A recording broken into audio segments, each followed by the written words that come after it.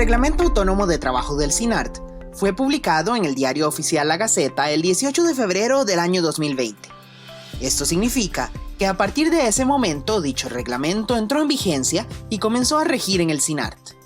¿Pero es este reglamento ilegal o se traerá bajo la convención colectiva? Pues la respuesta es que no. Pero entonces, ¿de dónde nace la confusión? Lo primero que hay que entender es que el SINART es lo que de cariño llamamos un ornitorrinco legal. Sí, como esos animalitos australianos que tienen cuerpo de mamífero, pico de pato y cola de castor.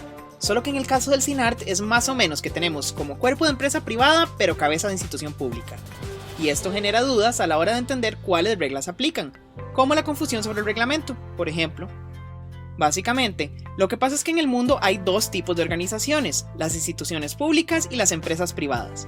A las primeras les aplica el derecho público y a las segundas el derecho privado. Las instituciones públicas son todas aquellas que conforman el Estado y que pertenecen al gobierno, como el ICE, el INS, las universidades estatales o los ministerios. Estas instituciones reciben dinero de los fondos públicos, tienen distintas funciones y más allá de solo generar ganancias, cumplen un fin público.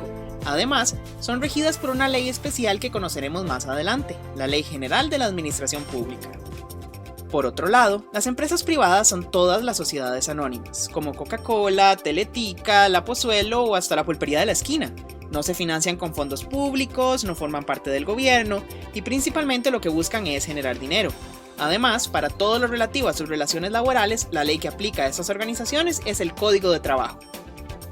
Pues bueno, en la Ley Orgánica del SINART del 2003 se estableció que nosotros como Sistema Nacional de Radio y Televisión somos una empresa pública, o sea, un híbrido como el ornitorrinco. Esto hace que para algunos aspectos de nuestro quehacer debamos regirnos y comportarnos como empresa privada y para otros como institución pública. Y de aquí nace toda la confusión. ¿Por qué? Porque en el día a día de una organización hay dos tipos de labores. Por un lado están las relaciones laborales que mencionamos antes, es decir, todas las interacciones entre un trabajador y su patrono. Pero por otro lado están las acciones administrativas, que son todas las decisiones y actos que toma la junta directiva de una empresa para administrarla. En el caso del SINART, esa junta directiva es el Consejo Ejecutivo, que está en representación a su vez del Consejo de Gobierno. Y la ley establece que en materia de control, al SINART lo rige el derecho público, lo que incluye a la Ley General de la Administración Pública que mencionábamos antes. Pero para el resto de su accionar, lo rige el derecho privado, pues se trata de una empresa. Y entonces, con todo este contexto, llegamos al tema del reglamento de trabajo. Resulta que en la Convención Colectiva del SINART, que es del año 2011, en el artículo 50 dice que en un plazo no mayor a 2 meses después de publicada la convención, se debía redactar un reglamento interno de trabajo, de acuerdo con las leyes vigentes y la misma convención colectiva. Pero esto nunca se hizo. Y era una responsabilidad tanto de la administración como de los trabajadores. De modo que es hasta ahora, en el 2020, es decir, 9 años después, que nuestros jerarcas deciden de manera responsable que es momento de cumplir con este compromiso, y entonces redactan un reglamento. ¿Pero qué pasa? Que no es un reglamento interno de trabajo, sino un reglamento autónomo de trabajo. Y sí, la diferencia es una palabrita, pero en realidad esto tiene varias implicaciones. La primera es que los reglamentos internos de trabajo se elaboran de forma conjunta con los trabajadores, que en este caso sería con el sindicato. Pero como este reglamento no es interno sino autónomo, eso no aplica, porque la administración pública emite sus reglamentos de forma unilateral. La segunda característica distinta es que los reglamentos internos se deben enviar al Ministerio de Trabajo para que los revise y los apruebe. Los reglamentos autónomos no se envían a revisión ni requieren de aprobación. Y finalmente, la última diferencia y la razón de que se haya elaborado un reglamento autónomo y no uno interno es que los reglamentos internos de trabajo solo existen en las empresas privadas. Así se deduce de la Ley General de la Administración Pública. Y por eso el SINART no puede hacer un reglamento interno de trabajo porque sería usar reglas que no le aplican al sector público, al cual sí pertenecemos. ¿Pero por qué no si somos una empresa? Bueno, porque la elaboración del reglamento no es una relación laboral. O sea, aunque las reglas que se aplicarán deben ser respetadas por usted, el reglamento no es algo que establezca su jefe directo, ni el jefe de su jefe, ni mi jefe, ni ningún jefe, sino el SINART como administración pública básicamente. El reglamento es entonces un acto administrativo, un documento que redacta el Consejo Ejecutivo o que en este caso contrató a una empresa con mucha experiencia en el tema para que lo redacte, y como es un acto administrativo y el Consejo es un ente público, entonces esta acción debe regirse por el derecho público, que indica que debe ser un reglamento autónomo. Pero es importante aclarar que esto no significa que sea contrario a la ley, ni que pase por encima ni mucho menos se traiga abajo la convención colectiva. De hecho, en la discusión de dicho reglamento se contó con la participación de 2 representantes de los trabajadores ante el Consejo, y en el mismo reglamento dice que se apega y respeta la convención muchas veces.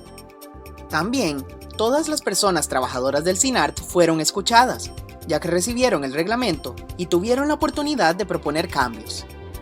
Además, a solicitud del sindicato se creó una comisión bipartita para una última revisión del documento. Sin embargo, dicha comisión no dio los resultados esperados, y por eso se creó una mini comisión bipartita de 2 personas, que terminó de revisar el documento, hizo sus últimas observaciones y lo dejó listo para aprobación por parte del Consejo Ejecutivo, el cual lo aprobó y posteriormente lo envió para su publicación en la Gaceta, con lo cual entró a regir. Además, se debe aclarar que el artículo 50 de la Convención Colectiva fue redactado en su momento con un pequeño error técnico, al decir reglamento interno en vez de autónomo de trabajo, y como el mismo artículo indica que el reglamento debe elaborarse de acuerdo con la ley vigente, lo que el Consejo Ejecutivo hizo fue un reglamento autónomo de trabajo, pues así lo dicta la ley vigente en este momento. Es decir, que el reglamento autónomo de trabajo del SINART es legal y respeta totalmente la convención colectiva.